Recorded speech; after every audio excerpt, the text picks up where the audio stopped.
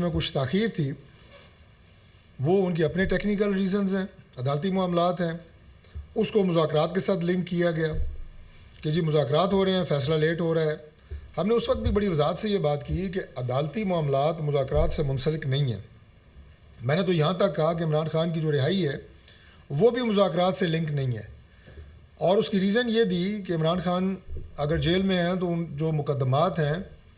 ان میں ضمانت کے ذریعے ہی وہ جیل سے باہر آ سکتے ہیں، جیسے جب ہماری قیادت ساری جیل میں رہی ہے تو ضمانتوں کے ذریعے ہی باہر آئے ہیں، وہ پرائم منسٹر کے کسی ایگزیکٹو آرڈر کے ذریعے باہر نہیں آ سکتے۔ یہ وہ وجہ تھی جس کی وجہ سے ہم کہہ رہے تھے کہ عمران خان کی رہائی کا مذاکرات سے کوئی تعلق نہیں ہے۔ باقی 190 ملین جو پاؤنڈ کا کیس ہے جی، اس میں جو سزا عمران خان کو ہوئی ہے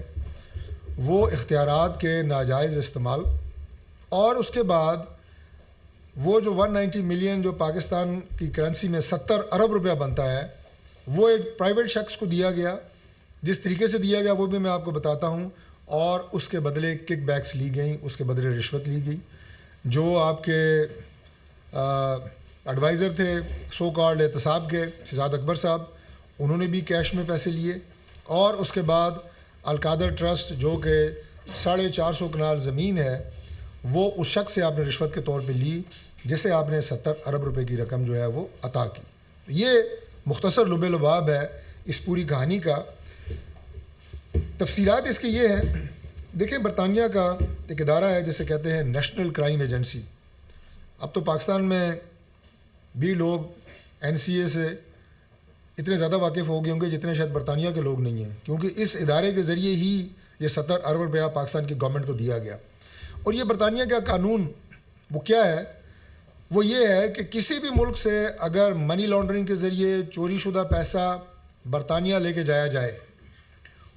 اور وہ گورنمنٹ کی نظر میں آ جائے تو یہ ایجنسی وہ پیسہ ضبط کر کے اس ملک کی گورنمنٹ کو دیتی ہے کہ یہ آپ کا پیسہ ہے، یہ قومی خزانے کی چوری ہے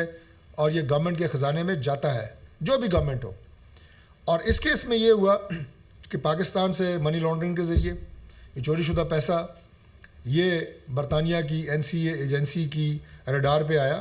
انہوں نے یہ پیسہ کنفسکیٹ کیا اور اس کے بعد گورنمنٹ آف پاکستان کو واپس کیا۔ یہاں پہ اس وقت عمران خان کی حکومت تھی، وہ پیسہ براہ راست قومی خزانے میں جمع ہونا تھا۔ یہاں پہ کیا ڈرامہ ہوا؟ یہاں پہ یہ ہوا کہ ایک بند لفافے میں سیل شدہ انویلپ میں کابینہ سے اپروول لی جاتی ہے کہ ہم یہ ایک معاملہ ہے جس کی آپ سے اجازت لے رہے ہیں اور یہ معاملہ بڑا سینسٹیو ہے اور یہ معاملہ لفافے کے اندر بند ہے، اس کو کھولا بھی نہیں جا سکتا۔ اس وقت بھی ایک دو جو منسٹرز تھے انہوں نے اعتراضات کیے کہ اس کو کھولیں، بتائیں، ہمیں نہیں بتایا گیا، اور بعد میں اس بند شدہ لفافے سے جو اجازت لی گئی اس کو انٹرپریٹ اس طرح کیا گیا کہ یہ 70 ارب روپیہ ملک ریاض کو دے دیا گیا، اور ملک صاحب نے سپریم کورٹ میں تو انہیں جرمانہ تو کوئی 250-300 ارب ہوا تھا سپریم کورٹ کا، وہ انہوں نے اپنے جرمانے کی قسط جمع کرا دی۔ اب ٹیکنیکل بات یہ ہے کہ وہ 70 ارب روپیہ ملک صاحب نے جو سپریم کورٹ جمع کرایا وہ اپنی ذاتی جیب سے جمع کرانا تھا، اور یہ 70 ارب روپیہ پاکستان کے قومی خزانے میں جانا تھا،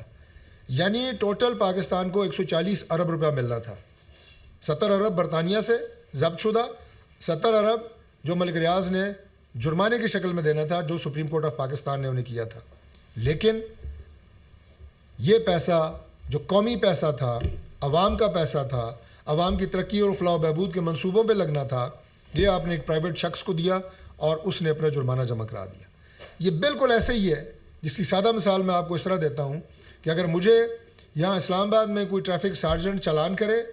اور 10,000 روپیہ جرمانہ کرے، میں وہ جرمانہ ادا کروں سارجنٹ صاحب کو، اور وہ جا کے اگلے دن میرا بجلی کا بل جو ہے وہ 10,000 سے جمع کرا دیں، اور وہ موقف اپنا لیں جو پاکستان تحریک انصاف کے لوگ اپنا رہے ہیں کہ بھائی پیسہ تو قومی خزانے میں ہی گیا ہے، وہ بھائی گیا ہے قومی خزانے میں لیکن وہ ملک صاحب کی جیب سے جانا تھا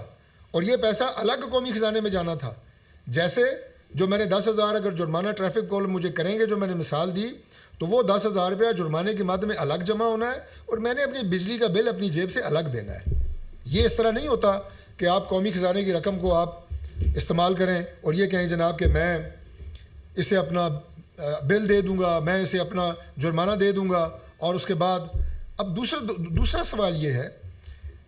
کہ کیا یہ سارا کام جو 70 ارب روپیہ دیا گیا ملک صاحب کو، یہ ان کے ساتھ کوئی بہت زیادہ کوئی دوستی تھی عمران خان صاحب کی، یا کوئی ثواب کی نیت سے دیا گیا تھا؟ یہ یقیناً اس کے پیچھے کرپشن کی ایک بہت میگا اسکینڈل ہے، اور وہ یہ ہے جو شہزاد اکبر صاحب کی بھی نیوز اس وقت بھی آئی تھی، آپ کو سب کو پتہ ہے میڈیا کو، کہ انہوں نے اس پہ کک بیکس لیں، اور انہی تاریخوں میں یہ 450 کنال زمین القادر ٹرسٹ کی، یہ عمران خان اور ان کی اہلیہ کو، اس میں پہلے ایک ٹرسٹی اور تھے، بعد میں وہ بھی نکل گئے، اب دونوں جو ہیں وہ عمران خان اور ان کی اہلیہ جو ہے وہ ٹرسٹی ہیں، انہیں دی گئی۔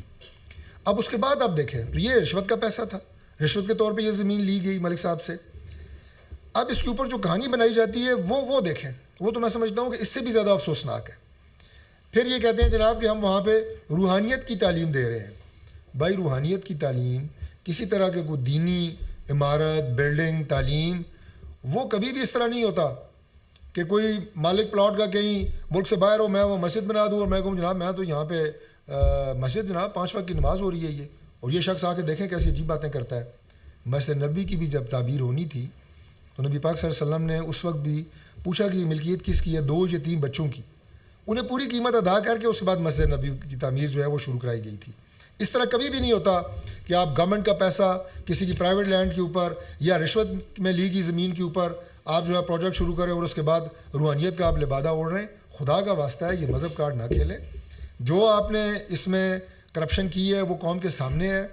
اور انہی اختیارات کے ناجائز استعمال کی آپ کو سزا ملی ہے، اور یہ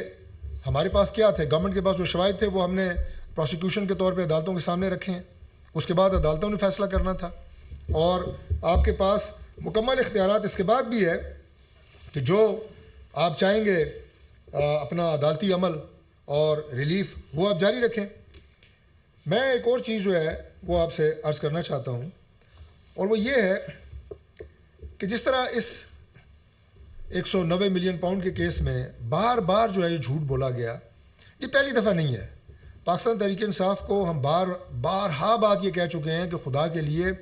سیاست پاکستان میں سیاسی انداز سے کریں، سیاسی اعتبار سے کریں، سیاسی میدان میں کریں، اور ایک پولیٹیکل اپنی آپ سٹرگل رکھیں۔ لیکن آپ گورنمنٹ میں ہو اس وقت بھی آپ کے انداز نرالے ہوتے ہیں، آپ اپوزیشن میں ہو اس وقت بھی آپ کے انداز نرالے ہوتے ہیں۔ پاکستان کے اندر پاکستان کی سیاست سے جو شائستگی کا ایک حیا کا کلچر تھا، اس کے خاتمے کا سہرا بھی آپ ہی کے ذمہ ہے۔ بدتمیزی کا کلچر میں کبھی بھی تا قیامت کو ہرا نہیں سکتا۔ پاکستان کے خلاف اب جو سازشیں ہو رہی ہیں وہ ریاست کے دفاعی اداروں کے خلاف ہو رہی ہیں، وہ پاکستان سے باہر بھی ہو رہی ہیں۔ ان کا جو وایا میڈیا ہے وہ را بن رہا ہے، سب کو پتہ ہے، کس کو نہیں پتہ۔